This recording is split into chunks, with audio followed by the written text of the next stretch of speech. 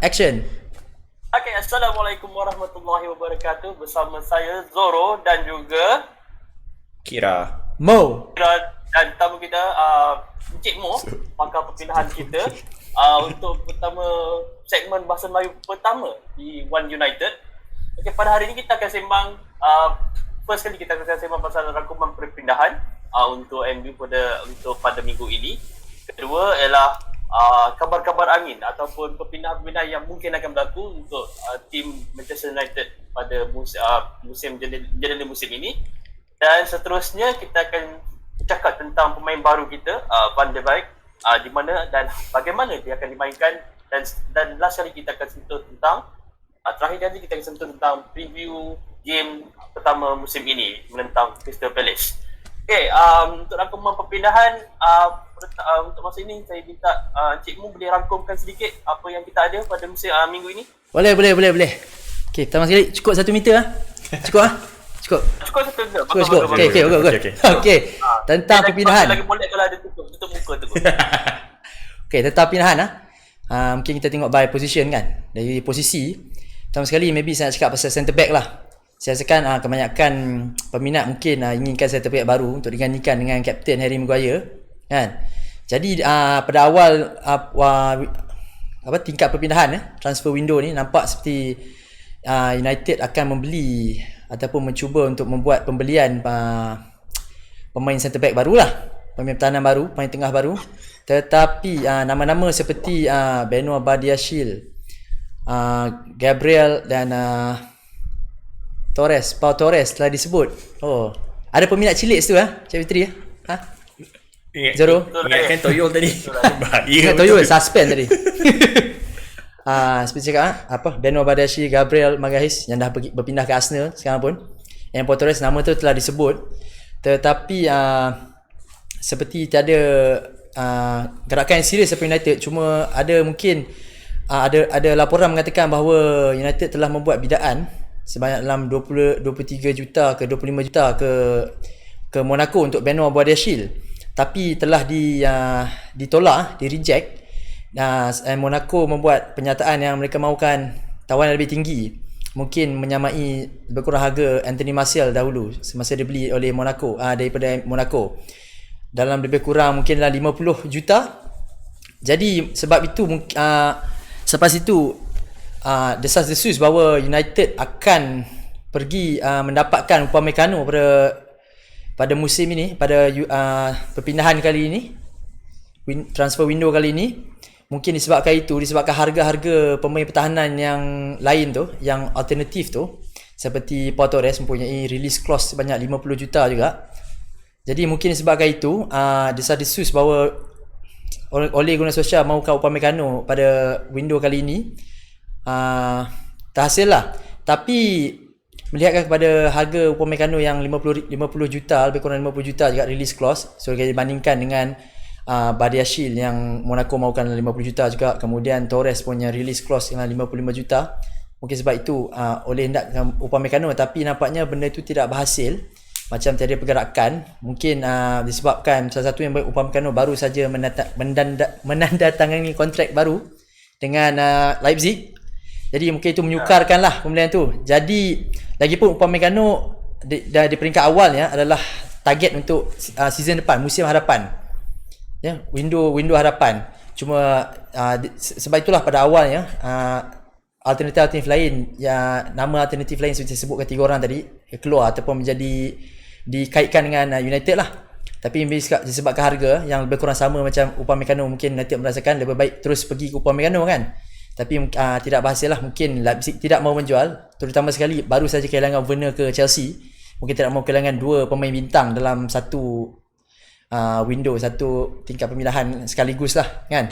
Jadi di situ terhenti, dan disebabkan menunggu Upamecano pada musim hadapan. Mungkin disebabkan itu Ole telah menukar sasarannya ke seorang left back, back kiri Sebab itulah Sergio Reguilon, nama Sergio Reguilon dikaitkan, dan juga baru-baru ini Rex Telles dikaitkan daripada Porto, dikaitkan juga dengan United.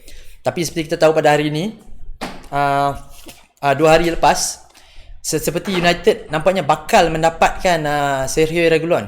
Kebanyakan media-media yang media-media di Spanyol, media-media besar di Spanyol yang saya kata reliable telah mengatakan United pasti hampir mendapatkan Reguilon. Tapi pada pagi ini waktu Malaysia, kejutnya di mana Spurs telah menciduk masuk disebabkan keengganan United untuk menerima clause beli balik, iaitu buyback clause daripada Real Madrid. Kerana Real Madrid nampaknya sangat mahukan buyback clause tu terdapat dalam kontrak perpindahan Sergio Reguilon. Jadi bagi saya sangat setuju dengan orang kata keputusan United untuk tidak menerima buyback clause tu, sebab di kemudian hari, mungkin selepas 1 atau 2 musim apabila Reguilon telah menunjukkan prestasi yang baik, alamat mudah untuk Real untuk membeli kembali Reguilon, dan kita tidak mempunyai apa-apa cara untuk menghalang perkara tersebut, kan. Lagipun kita bukannya selling club penjual ataupun club yang kecil, kita United, kita punya prestige ataupun status tak besar. Saya boleh katakan, let's say kalau katakan Real ingin membeli Greenwood contohnya, kemudian kita katakan boleh 40 juta tapi kita mahukan buyback clause, saya pasti Real juga akan katakan benda yang sama, tidak mahu buyback clause itu, right? So jadi dengan itu saya agak bersetuju untuk United tidak meneruskan bersetuju dengan buyback clause tu, dan disebabkan itu Spurs telah menciduk masuk lah. So sekarang ni Spurs dah mempunyai persetujuan dengan Madrid, dan nampaknya mereka telah berjaya meyakinkan Reguilon untuk pergi berjaya ke Spurs, dan dan baru sebentar, I think baru 2 jam 3 jam sebentar tadi telah disahkan perkara tersebut oleh Fabrizio Romano. Here we go. So nampaknya memang Reguilon akan pergi ke Tottenham Spurs. Dan mungkin pada pendapat saya lah, mungkin United mungkin akan beralih kepada Telles sebab ni. Mungkin sebab Telles adalah satu pemain left back yang masih available, dan memang tidak suka untuk membuat deal tersebut sebab memang Porto tidak masalah untuk menjual, and then memang ejen Telles sendiri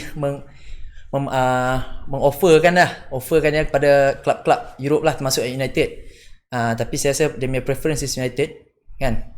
So saya rasa mungkin United akan pergi melihat pada Telles sebab selepas ini, apabila gagal mendapatkan Reguilon atau mencapai persetujuan dengan Madrid untuk Reguilon. Kalau kita bercakap tentang posisi back kiri, Reguilon, Telles memang banyak dipercakapkan di media-media sekarang. Kenapa tidak David Alaba? David Alaba adalah satu player pemain yang dikatakan berkehendak untuk berhijrah pada musim ini juga. Posisi beliau dia dalam satu dia dalam satu track di mana kemunculan Alphonso Davies mengancam kedudukan dalam first 11 dia. So far kita tak ada dengar dikaitkan dengan mana-mana kelab pun pada masa ini. Sebenarnya Alaba ada dikaitkan juga dengan United untuk seketika lah, I think pada bulan lepas, tapi hanya kabarnya kecil saja, tidak mempunyai sebarang berita yang kesinambungan daripada kabarnya tersebut lah, kan. Disebabkan situasi Alaba seperti cakapkan, Davies sekarang meningkat naik, kan. Posisi Alaba mungkin dalam keraguan lah. Tapi lihat sekarang Bayern seperti mempunyai masalah dengan Alaba. Mungkin 2 hari lepas statement daripada salah seorang eksekutif Bayern lah, seolah-olah macam tidak berpuas hati dengan pasukan ataupun keluarga ataupun ejen Alaba sendiri, disebabkan situasi di sana lah. So saya tidak pasti bagaimana apa akan berlaku lah, kan. Tapi lihat seperti Alaba mungkin kalau ditanya, mungkin beliau tidak mahu lagi main dekat Bayern lah, mungkin lah, kan, nak pindah. Tapi satu lagi Alaba mungkin sebab profile tak fit dengan sosial, maybe sebab umur. Tapi kalau cakap tu Telles pun agak senior lah dia katakan, kan, 27 kan. Jadi tidak pasti kenapa Alaba tidak ni. Mungkin sebab satunya mungkin disebabkan saya cakap left back ni bukan priority, bukan kepentingan lah untuk season ni, tapi disebabkan kita tidak pergi kepada pertahanan tengah, so kita melihat kepada left back lah, kan. Jadi mungkin Telles lebih murah dari Alaba mungkin lah, kan. And dia pun dah di offer kepada United, so mungkin United merasakan mungkin perjanjian tersebut adalah lebih mudah, lebih straightforward untuk dilakukan. Mungkin lepas kalau semua bersetuju, mungkin 2-3 hari boleh selesai seperti Van de Beek hari tu, kan. So mungkin sebab itulah Alaba tidak termasuk. Lagipun seperti saya cakap mungkin banyak isu dengan Bayern. Disebabkan sekarang ni dia cakap pasal Bayern, Alan dah cakap pasal Bayern kan. Kita akan cakap pasal Thiago pula. Saya ingin cakap pasal Thiago sikit. Kan sebab pada awal musim, pada awal pindahan nampak seperti Thiago memang akan ke Liverpool. Tapi nampaknya tiada sebarang tindakan dari Liverpool kan. Disebabkan mungkin tak ada duit. Sebab laporan mengatakan mereka tidak setuju dengan harga yang diletakkan Bayern lah, 30 juta euro tu. And laporan juga mengatakan mereka mungkin terpaksa menjual Wijnaldum dulu sebelum dapat membeli Thiago. Tapi selepas perbincangan dengan Klopp, nampaknya Wijnaldum akan tekap bersama Liverpool. So mungkin sekarang saya tidak pasti, mungkin Liverpool mungkin tidak benar-benar ada duit, ataupun Liverpool menanti sehingga mungkin penghujung perpindahan untuk membuat bidaan yang rendah, macam seolah-olah macam memaksa lah, macam pergi last minute. So Bayern tak dapat nak tolak, mungkin lah taktik sebut. Sebab laporan juga mengatakan United juga akan cuba membuat taktik sebegitu, right? Untuk Thiago, sebab Thiago juga salah seorang yang bukan priority lah kan, cuma mungkin punya peluang tu tiba-tiba termuncul di hadapan Liverpool, tidak membuat tindakan. Jadi apa yang dilaporkan, United telah membuat perbincangan dengan camp Thiago. Nampaknya seperti gaji Thiago, mungkin demand gaji itulah agak mahal. So United menantikan supaya Thiago untuk menerima sedikit gaji yang lebih murah sedikit lah, rendah sedikit kan. Tapi United, dari laporan mengatakan United tidak masalah untuk membayar 30 juta tu lah kan. So jadi kalau Thiago dapat menerima proposal ataupun tawaran dari MU minta gaji, and then dia pun dah maybe meluat tunggu Liverpool tak beat, tak ada bidaan. So mungkin ada peluang di situ lah. Tapi Thiago ni bagi saya dia semua opportunistic punya perpindahan lah kan. Dia bukan priority, tapi kalau dapat memang terbaik lah. Kalau fikir kan, Thiago, Pogba dengan Fernandes, our midfield, 3 midfield tu kan, memang terbaik lah. Tapi pasangan saya berkatakan 80% masih ke Liverpool lah. Melihat pada kombinasi tersebut, memang agak daring formation yang akan disembahkan. Cuma a bit imbalance kalau berkenaan kombinasi tersebut, di mana kita belum ada betul-betul reliable centre back yang boleh mana dengan Harry Maguire, captain kita kan. Kalau kita main dengan trio midfield yang agak ofensif, akan ada satu missing link di tengah padang untuk mengawal bola di kawasan tersebut lah. Itu pandangan saya lah. Yep. Okay. Terus untuk beberapa jendela perpindahan yang sebelum-sebelum ini pun, nama ini orang sentiasa disebut, Jadon Sancho. So kita dah lihat hari-hari Mom katakan tentang Sancho. Dah meluat, aku dah meluat cakap pasal Sancho. Apa pendapat anda tentang Sancho ni? Dia main ke tak main maknanya? Okay, maybe kita recap sikit lah. Oi, terus keluar utara, cakap utara lah. Siapa aku cakap baku daripada awal tadi? Pelik tu Dia tersangkut baku. Aku pun tak faham. Semua ni kira apa pasal ni cakap baku ni hari. Awak dah lah cakap aku. hari-hari pasal kira. Macam ni lah. Pasal Sancho. Apa kat kira? Minta kira komen sikit. Apa yang kira rasa? Jadi ke tak jadi dia main? Jadi ke tak jadi? Dia sebenarnya kalau nak tengok, kita nak tengok betul-betul sebenarnya Ole ni dia ada perancangan tidak untuk pemilihan dia ni. Sebab macam mula kata nak seorang back tengah, lepas tu kata nak back kiri, lepas tu kata nak jadikan William sebagai backup kepada AWB. Tapi sejujurnya kita pun tak tahu perancangan dan permainan Ole sebenarnya. Apa yang dia nampak dalam team dan apa yang diperlukan daripada Sancho, ataupun adakah Greenwood, Rashford dan Martial sudah mencukupi untuk merangkul kejuaraan Liga je lah. So, sekarang ni kita ni tengok juga kita sebagai satu pasukan, apa kita punya target terakhir lah, sama ada kita nak target untuk Liga atau Champions League atau Carabao Cup ataupun tiga-tiga.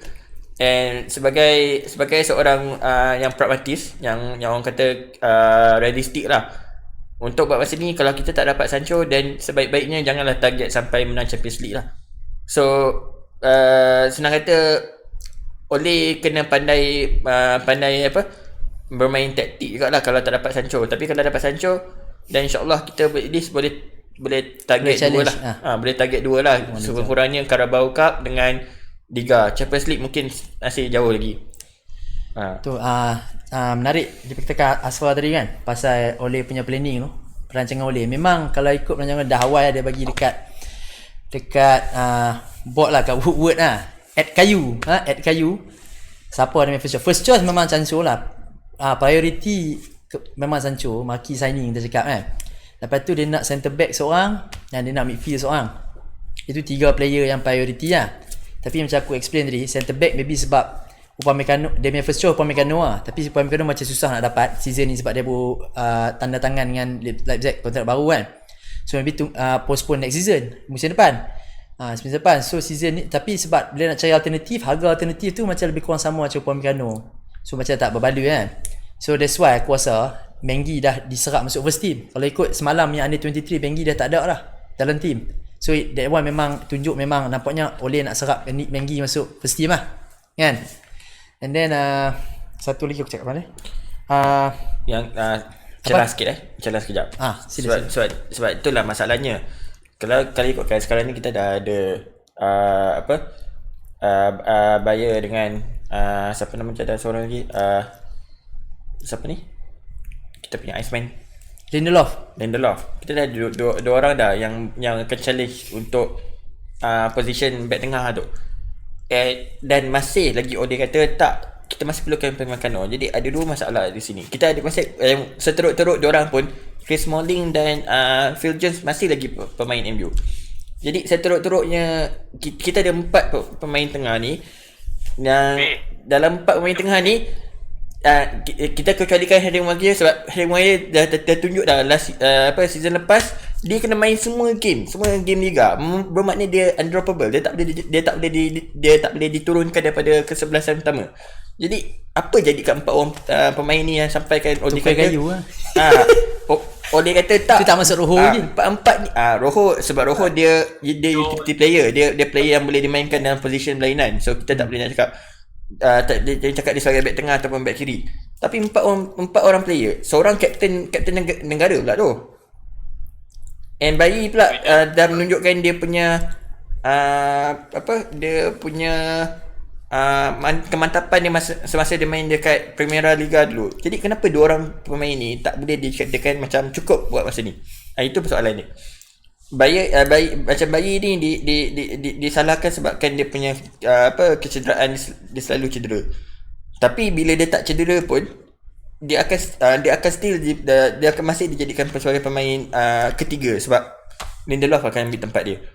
Bila betul-betul perlu, Lindelof akan diganti. So nampak tak masalahnya kat situ. Nampak sangat macam Lindelof tak ada stamina dan Bayi tak ada long term, tak ada jangka masa panjang untuk bermain, Untuk fit. untuk fitness. So jadi Upamecano diperlukan untuk jadikan pemain yang sentiasa akan berada di posisi itulah atas kesuksesan utama. Panjang kalau aku nak macam explain kan. Tapi aku just bagi pendek.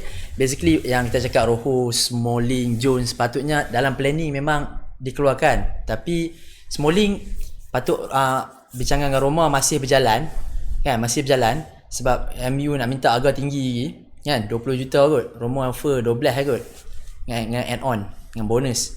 So masih dalam bincangan lah. Ingatkan semalam dah mati dah bincangan tu. Tapi apparently Fabrizio cakap masih dalam bincangan. So masih ada chance Smalling dijual lah kan. Itu baru sekali defend, tak cakap keeper lagi. Tapi itu panjang sangat. Maybe kita cakap segmen lain lah. Sebab tak cakap pasal soalan si Zoro ni, pasal Sancho maki signing kita, supposedly maki signing. So kalau nak kita ringkaskan pasal Sancho ni, Tier 1 punya sumber cakap actually masa bulan Julai tu, penghujung Julai tu memang dah ada agreement antara Dortmund dengan United. Tahu? Verbal agreement lah. Memang macam dah done deal. Okay kan? So Dortmund nak tunggu je United buat official bid. Tapi tiba-tiba official bid tu tak namai. Dapat tak hantar official bid. Tiba-tiba work mai dia nak nego balik. Nak murah lagi. Padahal dah agree lah. Tu Dortmund jadi bengang semacam tu. Kan? Kan? Dia kira mak puak dah main jumpa lah. Tapi memang yang rombongan kata aku nak term lain pula. Dah lah macam mak puak dah jumpa awal-awal kata okey lah hantaran 120 juta. Oh dia 120 juta kahwin dengan siapa kan? Lepas tu dah agree dah buat tarikh lah. Dah buat tarikh semua nak manggil lah. Tapi sebelum tiba-tiba sehari sebelum manggil mak puak dia main balik kata nak minta kurang 120 juta tu pula boleh tak? Oh malu lah mak puak Sancho malu lah kan? Tu jadi bengang tu jadi tu konflik tu sekarang kat sini. And then kita pun susah nak cakap apa jadi sebab setiap hari berita lain. Ada cakap mula dia punya gaji dengan ejen punya bayaran yang MU tak setuju. Tapi Fabrizio cakap benda tu dah lama dah setuju, tak ada masalah, fee saja. Tapi so, kau tanya pendapat aku lah daripada apa aku nampak aku study kan. Memang masalahnya MU nak setuju nak banyak dengan Dortmund tu yang problem 120,000 tu. Dortmund memang nak 120,000. 120 juta. Sorry 120 juta 120,000 ya Allah boleh beli 10 Sancho 120 juta euro kan. MU maybe nak tambah add on lah, maybe dia nak bagi 80 million ke 90 million macam tu, tapi nak bonus add on. Tapi dia rasa Dortmund tak mau add on, dia nak confirm. Dia maybe dia boleh terima bayar ansuran macam bank. Maybe season ni bayar lu 80 juta, next season bayar balance kan 40 juta kan. So dia pun boleh terima tapi dia pun nak yang confirm kan, dia pun tak mau add on. Kat situ dia punya sticking point lah aku rasa sangkut. Tapi sampai sekarang pun susah nak cakap. Aku pun dah nak hilang harapan lah. Aku berhenti berharap. Kalau malam ni tak ada berita memang aku berhenti berharap lah. aku dah tengah. Tapi jujur cakap kes Sancho ni kan, dia kena korang kena fikir balik lah. Kita pergi ke transfer saga yang paling menggemparkan lah untuk musim ni. Messi nak keluar dari Barcelona dan dia tahu harga dia tak ada orang mampu belinya. Release clause dia 720 juta. Bapak kau boleh beli satu kelab macam tu. Siapa nak bayar 720 juta? Even City pun tak mau bayar. City pun ada duit pun tak mau bayar banyak tu kan. Jadi Messi tahu dia nak keluar, dia satu-satu cara dia nak buat, dia nak keluar ialah dia kena minta release clause dia dia minta supaya kontrak dia dibatalkan. Bandingkan keadaan tu dengan masa Ronaldo keluar United dengan keluar Real. Dalam kedua-dua keadaan dia dilepaskan dengan rela sebab kedua-dua kelab faham, okey Ronaldo, masa kau dah sampai, masa untuk kau tinggalkan kelab ni.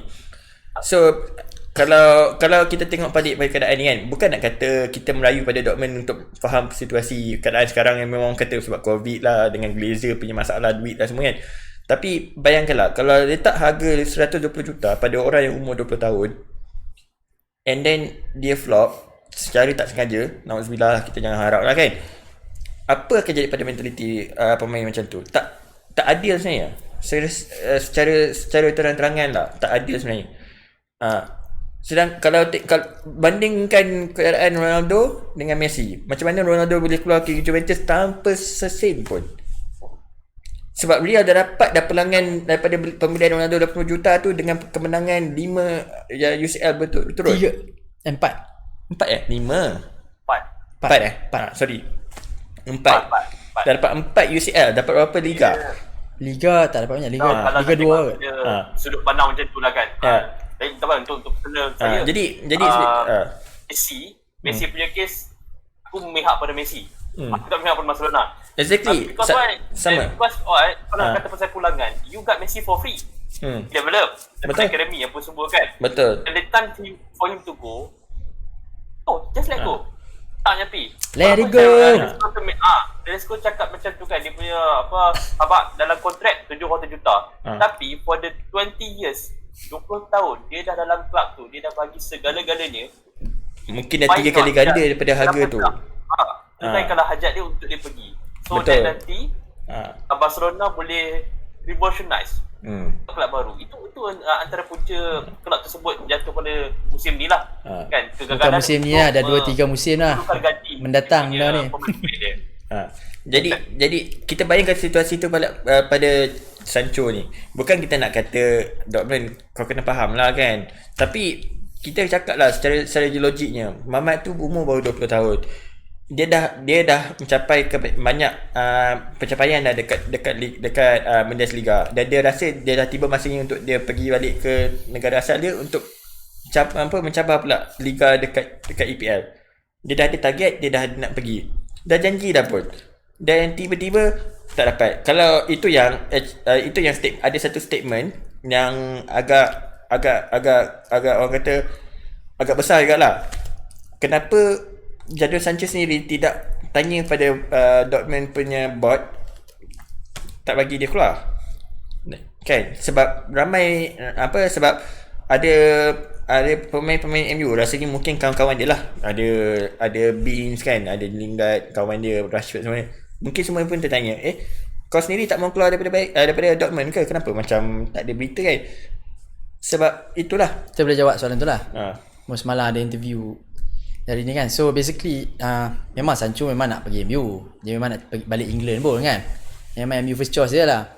Tapi dia in a way dia macam respect kat Dortmund lah. Dortmund dah develop dia kan.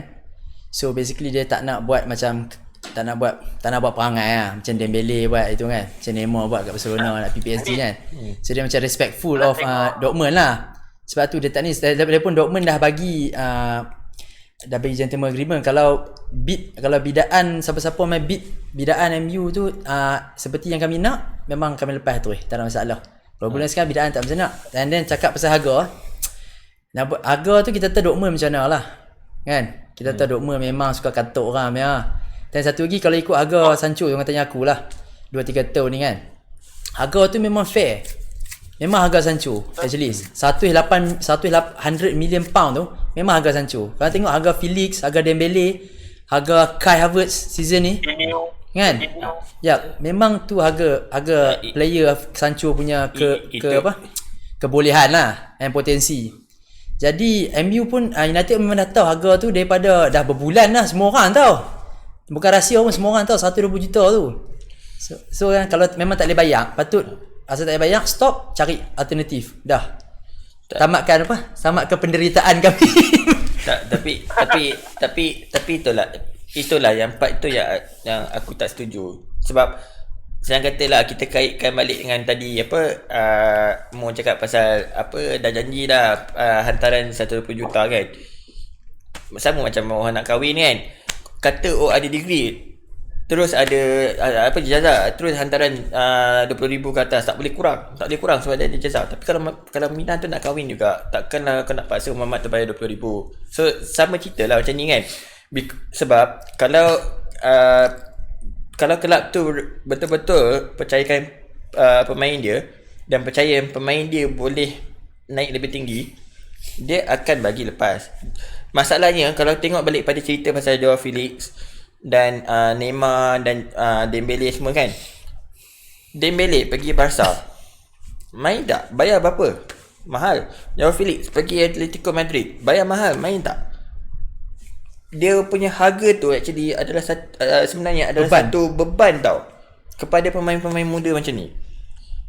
Sebab itulah kembali balik pada Ronaldo tadi kan, dia pergi Juventus, adakah dia terasa dia terikat dengan harga dia? Tak. Juventus bayar dia free, tak bayar berapa, bayar dia harga ni je. In fact sebenarnya macam Ronaldo, patutnya pada umur dia 30, sekarang 35 kan, dia dah boleh bersara dah, sebab gaji dia punya income daripada luar lagi besar daripada gaji dia sebenarnya. Walaupun gaji dia dah dalam 500,000, dia dah billionaire dah pun. Dia dah billionaire dah pun.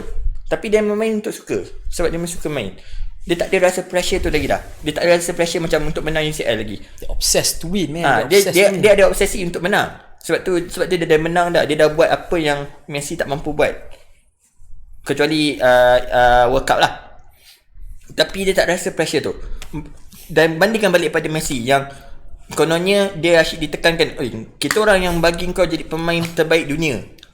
Sekarang ni kau tak boleh keluar dari kelab kita orang sebab kau adalah pemain Barcelona daripada umur kau 11 tahun sampai sekarang, dan kau takkan dapat keluar. Makin banyak pressure kau letak kat dia.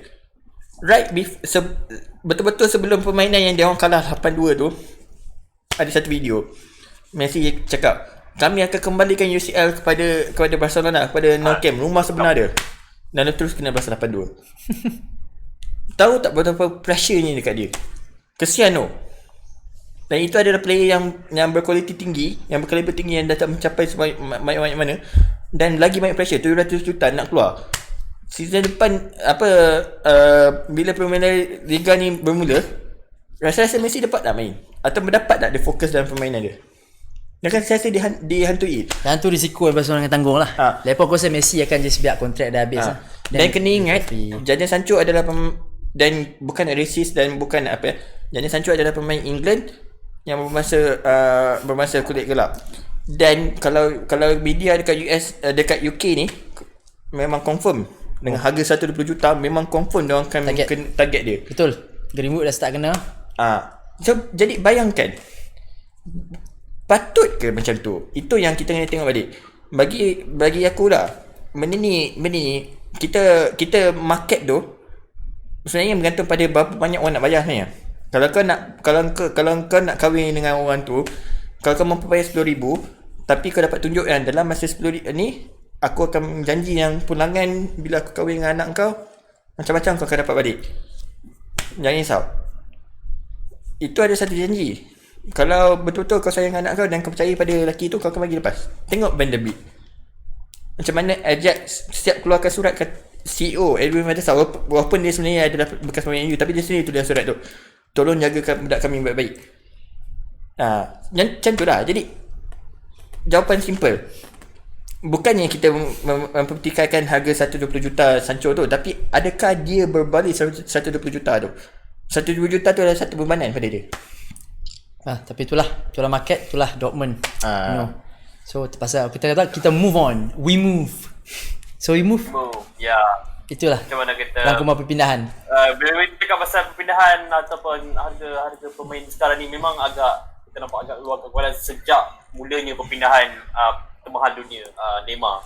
Dan dia mengakibatkan kesan domino kepada harga-harga pemain lain lah. Even pemain yang dikonsider sebagai sederhana, harga melonjak sehingga 50-60 juta juga. Dia sebenarnya bermula dengan Chelsea. Terus kita akan memperkatakan tentang pemain terbaru, Van der Beek. Di mana dia sebagai fan menganggap ini sebagai macam satu yang agak kejutan jugalah. Dari ribut tak ada angin, tiba-tiba dapat sign player yang quite the stature, in the same time dalam team yang sama dengan Matthias de Ligt dulu dan Frankie de Jong, tim Ajax yang sampai ke separuh akhir UCL 2 musim lepas. Cuma pada pandangan fan biasa kena tanya, midfield kita bagi midfield MU selepas projek restart, kita nampak agak solid dengan option yang banyak, dengan kembalinya form Matic dan Fred dan makin meningkat, serta McTominay yang dah daripada injured, dan tambahan Bruno Fernandes. So dari segi susunan pemain, kombinasi pemain sekarang ni, bagaimana kita akan dapat menyaksikan Van der Beek ni bermain dalam kesebelasan utama? Kalau tanya aku, untuk sekarang aku rasa dia ikut tactical ataupun opponent, pihak lawan kan. Katakanlah Van der Beek ni dia very flexible lah. Dia boleh main mana-mana kat tiga midfield tu kan, number 10, number 8, number 6 dia boleh main kan. And then kat Ajax memang dia main kat tiga position kan. So kalau tanya aku, mungkin kalau dengan team yang low block kan, team yang memang akan defend, yang kita memang akan pegang bola pun lah kan. So aku rasa tak mustahil ataupun tak terkejut kalau Ole main double pivot tu, Pogba dengan Van der Beek kan. Sebab memang dia bukan natural defensive midfielder kan, tapi kadang-kadang kita tak perlu pun natural defensive midfielder untuk main kalau mengikut strategi kan. And then Van der Beek pun punya engine yang bagus, dan dia punya defensif punya kebolehan pun tak boleh pandang rendah juga sebenarnya kan, kalau lihat pada permainan di Ajax lah. So pada pendapat aku, mungkin kebanyakan dia akan main kat number double pivot tu kan. And then mungkin akan rotation. Kalau kita tengok pre-season itu pun dengan Aston Villa, dia start dekat tu double pivot tu lah dengan McTominay kan. Dia main kuat, bagus juga dia main. And then dia tukar pergi number 10 pula. So you tengok situ, boleh tengok tactical flexibility dia lah kan. So bagi aku mungkin dia banyak akan main ke nombor double pivot pun, tapi mungkin bila perlu pertukaran pemain ke rehat ke kan, Bruno injured ke apa, so mungkin dia akan main kat number 10 tu lah, number 10 posisi Bruno tu. Itu pendapat aku lah. untuk VDB ni sebenarnya ceritanya kan, kita tak boleh memang baik kalau kita boleh, orang kata kita kembangkan cara corak permainan dia supaya dia boleh bermain dalam bermacam posisi. Tetapi sebagai bagaimana kita nampak dengan Pogba dulu, semasa sebelum dia pergi ke Juventus, bila dia dah fahami yang posisi yang dia minat bermain adalah di situ, dan susah dia nak dimasukkan ke dalam posisi yang diperlukan oleh tim tu, akan jadi satu konflik di mana kita takkan nampak dia bermain dengan dengan fokus, dan dia bermain dengan orang kata dengan perasaan nak main lah senang cerita. Jadi sebenarnya kalau nak tengok taktik ni, bagi akulah, kalau nak main Van der Beek, Bruno dengan Pogba sekali, sebaik-baiknya adalah kita pergi ke Barcelona tahun 2014, masa Xavi dengan Iniesta masih bermain, di mana masa tu diorang cuma ada seorang je DM, dan masa tu ada Carles Puyol. Yang paling penting adalah Carles Puyol sebenarnya, dalam situ. Sebab masa tu apa yang diorang buat ialah yang seorang je DM, tak kisahlah siapa DM masa tu, tapi diorang boleh main dengan dua midfielder yang attack minded. So jadi bila tengok dalam taktik tu sebenarnya, Xavi dengan Iniesta ni diorang akan duduk dari depan sikit. Diorang tak adalah attacking midfielder yang betul-betul number 10. Diorang akan duduk depan sikit, dan akan ada seorang lagi kat belakang. Dan orang tu sebenarnya, orang yang belakang tu sebenarnya tak nampak kepentingan ni, tapi dia lah orang yang akan buat long ball pergi ke atas kalau ada keperluan dan ada kekosongan kat depan. Jadi itulah triangle yang cantik sekali lah. Kalau nak buat, kalau perlu dia perlukan runner, dia akan bagi pada Iniesta atau Xavi untuk bawa bola ke atas dan distribute kepada pemain tiga barisan di hadapan sana lah. Jadi kalau nak tengok balik macam tu, kita ada peluang, tapi bergantung pada Maguire dengan Pogba. Sebab kita boleh main Van der Beek dengan Bruno sebagai midfielder atas Pogba boleh belakang sikit, tapi Maguire dengan Pogba kena pastikan yang kita takkan ada counter attack. Sebab kalau boleh macam tu, maknanya kita boleh main kita punya line belakang tu, barisan belakang tu boleh main atas sikit supaya kita boleh spring offside, kita boleh aktifkan offside track, dan bermain sedikit highline lah, kalau ikut bahasa Inggeris kan, bermain sedikit highline. Jadi kita akan kurangkan jurang antara Pogba dengan barisan belakang, dan Pogba akan jadi pemain back, quarterback lah kalau dalam terma American football kan, quarterback yang akan buat long pass dan jaga barisan belakang tu. Dan kalau perlukan orang untuk buat through ball yang cantik, kita boleh bagi pada Van der Beek atau Bruno. Dan pada masa-masa tertentu kita boleh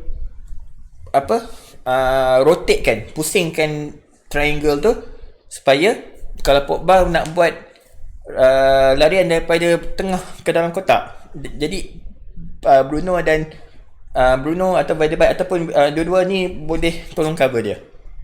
Jadi kita boleh buat macam tu, tapi memerlukan disiplin yang tinggi dan memerlukan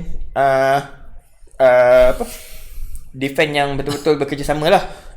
Jadi di sinilah di mananya Upamecano ataupun siapa yang akan bersama dengan beraksi bersama kapten kita tu, kena faham corak permainan tu. Kalau dulu kita ada Vidic dengan Ferdinand, buat macam ni senang sebenarnya. Sebab Ferdinand dia pandai baca game, jadi dia boleh buat interception, dan Vidic kalau perlu dia akan kejar orang tu sampai ke hujung, sampai ke tempat berduduk fan kalau perlu. Tapi sekarang kita tak ada back yang boleh baca permainan masing-masing. Kalau tengok selepas MCO hari tu, kebanyakan gol adalah datang daripada belah kiri, di mana bila dia cross ke belah kanan, Lindelof biasanya akan terlepas nak clearkan bola. Dan kalau datang daripada belah kanan pula, biasanya adalah sebabkan Wan-Bissaka terlalu ke hadapan. Jadi diorang ni semua, kalau diorang tak boleh main betul-betul kat tengah, dekat back belakang tu, memang tak dapat lah. Tapi nampaklah corak permainan yang dimahukan oleh Ole. Dia nak main yang orang kata permainan yang agresif, di mana kalau ada Sancho, kita boleh harapkan pada dia punya kelajuan untuk cari kekosongan untuk Pogba, ataupun untuk Pogba bagi bola tinggi, ataupun bila perlu dia akan lari di belakang pemain belakang lawan, dan Van de Beek atau Bruno akan buat through ball lah. Tapi ni semua bergantung pada sama ada mampu tak squad kita sekarang ni bermain macam tu. Menarik. Tapi itulah kita pun pernah lihat macam mana efektifnya Pogba ditugaskan untuk offensive line. Offensive line disiplin might be a problem. Kita struggle di awal kemungkinan semula Pogba dalam squad, seawal masa dia masuk semula. So, bila ditugaskan untuk menjadi defensive midfield ataupun DM line yang belakang sekali, dia dapat menyalahkan bakat dia seperti mana dia dekat Juventus dululah. Juventus dulu dengan bahagianya dia boleh roam ke hadapan dengan pemain-pemain seperti Pirlo, Marchisio, Asamoah di belakang dia pada masa tu. So sinar-sinar seperti permainan beliau di Juventus dapat dilihat ketika mana Matic betul-betul form pada tempoh hari lah. Itu pendapat saya lah. Yap, betul juga. Kita tentukan itu, tapi semestinya kita akan nampak bagaimana nanti Van de Beek akan dimainkan. Kemungkinan game week pertama tak masuk lagi, tapi akan masuk dalam masa terdekat jugalah. Dan sebab kita pun lihat trend so far setakat ini untuk lawanan pertama EPL, hampir ke semua pemain-pemain yang tanda tangani pada musim ini untuk kelab-kelab baru mereka, semua membuat penampilan dan semua menunjukkan prestasi yang bagus. Sure ke? Pada skor, assist. Anda tengok game Chelsea tak? Hang buat statement tu, hang tengok game Chelsea tak? Tu siapa pas lah? Yes, Havertz Werner tak score, tapi Werner play a good ni lah. Cuma Havertz a bit struggle lah, I would say. Werner play recent game, tapi Havertz sikit lah. Itulah kembali kita kalau kita celah balik kan, kembali pada rega dengan dia punya orang kata kematangan permainan dia, expectation dan juga ekspektasi peminat. Ekspektasi. Cewa. Tu tak betul bahasa tu, nanti tolong tengok dia orang bahasa. So adakah Van de Beek akan start dengan Crystal Palace? Kemungkinan besar mungkin akan start lah bagi aku lah. Tak, kita cakap pasal Crystal Palace kan. Considering banyak kita punya main player baru start training, balik lambat sikit. And especially Pogba pun baru recover daripada coronavirus kan. And dia mungkin tak start. Sebab itu pun Ole dah buat statement cakap ada doubt for Pogba untuk start lah. Itu masalah utama lah, sebab baru recover kan, and then start training lambat kan. Takut tak cukup match fit tu. Aku rasa peluang besar mungkin Van de Beek akan start lah. Van de Beek akan start. Aku jujur cakap, aku harapkan dia tak start dulu. Sebab buat masa ni kita tak tahu lagi betul ke nak mainkan dia sebagai nombor 10 atau nak mainkan dia sebagai nombor 5. Tak macam aku cakap tadi, aku rasa memang for early on memang dia banyaklah Van de rasa Beek apa masuk lagi nombor 2 ke apa? rasa. Hang rasa apa? Hang rasa macam mana? Van de Beek.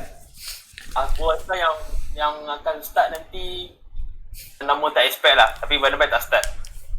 Matic dengan Fernandes mungkin akan start, tapi dia punya nombor the third midfield combination tu mungkin orang-orang yang jarang disebut. Mungkin as McTominay, Fred ataupun Pereira ke, mungkin. Kita tak tahu. Fred ataupun Fred lah. McTominay tak tahu apa jadi itu pre-season. Dia main kuat bagus tapi dia keluar second half. Tapi tak ada berita dia injured pun. Pernah. Sebab game tu pun Cuma interesting ni kat ESPN baru melaporkan ada satu lagi midfielder dikabarkan dikaitkan dengan pembinaan ke Manchester United. Valencia midfielder. Ya, Valencia midfielder. siapa? Tapi sekarang dah sign new contract lah. So nampak sangat agent yang guna nama MU untuk dapat kontrak baru. Dengan gaji tinggi. Dah lah, siapa kelang kabut lah ni. So sebab tu aku tak cakap saya berita tu. Macam tak ada non-story orang ni, non-story. Kalau nak tengok pada berita yang betul-betul berita kan, berapa lama dah kita dikaitkan dengan Bill sampai sekarang kan, sakitkan lagi hati kan. Gaitan, Schneider, legend tu. Ni Legend never happen. Almost fine. Saul banyak kali dah kita sebut nama dia tapi Saul kita tak sauk-sauk lagi. So balik pada Crystal Palace tadi. Aku rasa front 3 aku rasa confirm Greenwood, Martial dengan Rashford lah. Kan? Bearing kalau ada injury, tapi setakat sekarang tak nampak lah ada injury. So aku rasa memang Martial, Rashford dengan Greenwood akan start lah.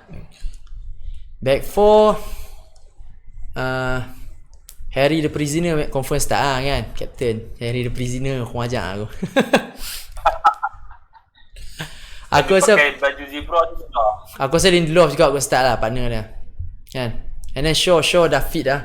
Shaw sangat penting masa Shaw tak ada kacau pergi Rashford. Terutama Rashford pun injured masa hujung-hujung season tu, tak fully fit. Memang nampak struggle kan. Tak buat pula. Itu masa game pre-season pun nampak kepentingan Shaw. Nampak Shaw dari segi defensif kan, especially overlapping tu memang banyak membuka ruang lah kan. So aku rasa tak banyak beza lah first 11. Cuma midfield tu lah disebabkan match fitness dengan atau match sharpness kan. Mungkin. Tapi aku confirm Bruno must start lah. Tapi yang paling menarik, soalan paling menarik, keeper siapa start? Yang tu yang paling menarik sekali. Kita tak dapat nak tentu lagi. Keeper siapa yang akan start? bagi aku aku rasa untuk game yang pertama ni De Gea akan start. De Gea akan start sebagai keeper. Lepas tu untuk back 4, untuk benteng pertahanan, antara Bayi dengan Lindelof. Sebab Lindelof pun hari tu masa lawan game Perancis lah tak silap, lepas dia foulkan Martial untuk penalty tu, dia dikeluarkan ke game selepas tu, tak ingat. Dia tak dapat main sebab kononnya dia untuk bagi dia rehat. So jadi ada kemungkinan Bayi, ataupun kalau betul-betul Ole terpaksa menggunakan akademi untuk tunjukkan dekat board yang kita masih kompetitif, dan harapnya dapatlah kita tengok Fosu Mensah, ataupun sebab betul juga macam Phil Jones dengan Chris Smalling tu dah tak boleh sebut nama dia orang. Kita ada banyak lagi sebenarnya player-player yang daripada under 23 Team B yang ada nampak bayang-bayang diorang season lepas, dan harapnya lah diorang ni di memang akan dinaikkan lagi lah sebagai kalau bahasa Inggerisnya future of MU lah, masa depan Manchester United. Sebab boleh buat satu topik tu under 23 nya power dengan sebab kalau tak kita akan kerugian seorang lagi Tahir Chong. So jadi bukanlah boleh lah kita jangan berhenti dekat dua nama je, Eric Bailly dengan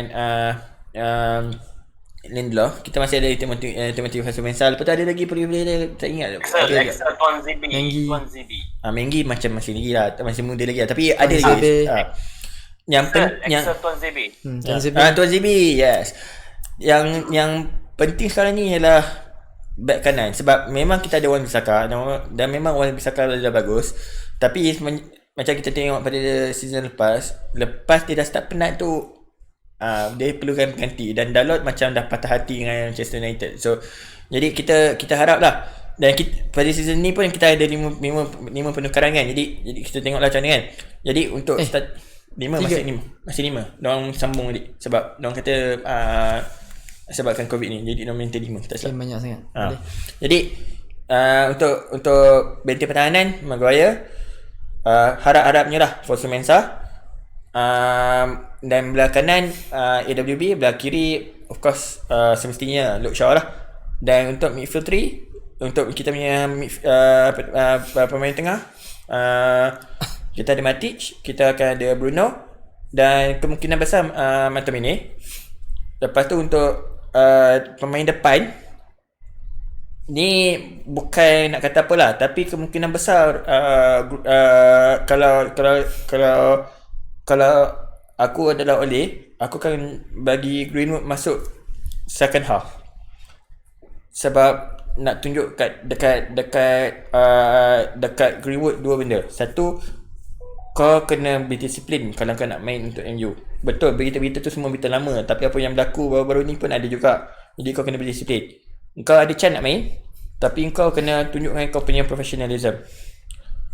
Professionalisme cewa bahasa Melayu kan.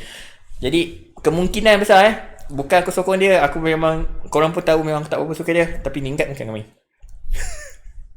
Lingard akan main dulu. Lingard akan main dulu. Kemungkinan besar. Sebab bukan nak kata apa dah, tapi apa berdasarkan dia punya 2 gol ujung season lepas tu, kemungkinan lah Lingard akan main dulu. Kalau salah tu jangan marah saya. Dia start kot lawan Aston Villa minggu lepas. Sebab tu lah aku cakap dia kemungkinan besar dia akan main dulu, sebab Greenwood dah lah kena suspend dengan England lepas kes Iceland kan. Lepas tu dia tak main few games lah. Jadi aku rasa dia tak akan dapat main terus. Jadi kemungkinan besar untuk second half kita akan tukar, and termasuk keeper mungkin akan ditukarkan, tak tengok dah. Sebab memang kena eksperimen antara Henderson atau De Gea, siapa yang dapat membantu attack sebenarnya.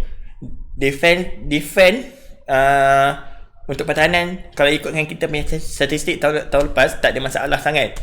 Kebanyakan gol adalah gol bodoh. Jadi keeper sekarang ni kena mainkan peranan untuk bagi peluang pada kita punya barisan hadapan untuk menyerang dan memberi tekanan kepada tim lawan. Jadi antara De Gea atau, dan kita pun tahu memang De Gea ni sebenarnya dibeli dahulu sebabkan dia boleh bahasa Inggerisnya distribute the ball very well. Itu target beli De Gea dulu. Jadi Henderson, adakah dia mampu membuat sedemikian supaya kita boleh menyerang lebih efektif? Itu kita akan lihat kecewa. Baik, itu pandangan yang menarik lah. So for me, untuk saya sendiri, line up tu, unsur utama tu lebih kurang apa anda benda cakap lah kan. So just nak tambah satu fakta menarik lah kan. So far untuk particular musim ni, department goalkeeper Manchester United kan, sekarang kita ada 4. Maksud di Grand lah yang memang veteran tu kan. Tapi yang tipe yang sedia ada 3 yang sebelum dia Henderson ni, De Gea, Di Grand dan Sergio Romero, apparently dia orang punya stature build dia lebih kurang sama. Lebih kurang sama 19, dan cuma David De Gea yang paling ringan, 79 kilo. So Dean Henderson sikit je ketinggian dia, 188. Kita tengok siapa adakah fizikal akan memainkan peranan dalam pemilihan antara dua keeper ini. Kita tahu Dean Henderson baru kembali daripada 2 musim yang cemerlang dengan Sheffield United. And personally, saya berharap dia akan memulakan perlawanan lah. Dia akan dalam bersama-sama. Sebab saya ada bias nationality, so kalau ada top team dan top club tu, kena dah dia provide goalkeeper pun untuk national juga. So kita harus macam tu lah kan. Sebab kita tengok dalam top 4 ni EPL, mana ada keeper England ni. So England yang start England pun dah season teruk main. Itulah Johan pun baru masuk club ni. Jordan Pickford cuma nasib dia first game hari tu dia form sikit lah. Sebab dia pilih Ford, dia betul pilih Rita Lane. Sebab dia pilih Ford. Sebab tu dia ada masalah. Breakdown selalu. Okay, cun lah. Okay, dah cover semua topik lah. Okay, untuk rasanya kita cover semua dah untuk hari ini. Ini ada apa-apa lagi untuk ditambah? Kirap, apa prediction untuk game Satu je soalan lah. Agak-agak berapa skor? Prediction. Prediction. Prediction. Kita predict. Kita 2-0. Okay, Mo dengan 2-0. Hang berapa? 1-0. 1-0. So kemenangan berpihak pada Manchester United. Tak, okay, antara 2-0 dengan 1-0 tu agak-agak Lingard skor tak? Tak. Lingard tak start pun. Bagi aku Lingard tak start pun. Lingard tak start Kau jangan terpanjang kalau Lingard skor. Lingard tak start. Okay, yang terpanjang lah. Okay, bagi aku Skor nanti minggu depan Rohan buat video dia sakit hati dah. Aku dapat rasakan kemungkinan adalah game yang agak tight, agak ketat yang di situ. So menang dengan defisit 1 gol, 2-1 lah. 2-1. Okay. Even Crystal Palace pun untuk 2 game yang dia dah selesai pada musim ni, 2 game dia memaparkan 2 kesebelasan utama yang berbeza. So basically nak tunjuk macam Crystal Palace pun tengah Palace kan banyak injury. menyesuaikan. Palace banyak injury sebenarnya. Almost 7 first team player injury kan. So team yang kalah Bournemouth tu pun bukan not most first player, bukan kesebelasan utama dia orang lah yang main. sebab banyak fitness. Sebab target diorang Isu adalah main kecerdasan. Itulah isu kecerdasan tu, dan target mana kelab pun yang mana kelab dekat England ni pun, sekali korang dah masuk EPL, nak try to maintain nama EPL tu. Itu target. Duit. Untuk duit. Jadi Duit, kita faham duit. lah kenapa dia buat macam tu. Dia lepaskan Carabao Cup dia lepaskan semua sebagainya, yang penting dapat maintain dalam EPL. Itu target dia. Okay. Saya kata majulah sukan untuk negara. Okay, nama kami Zoro, signing off. Terima kasih. Bye bye. Bye.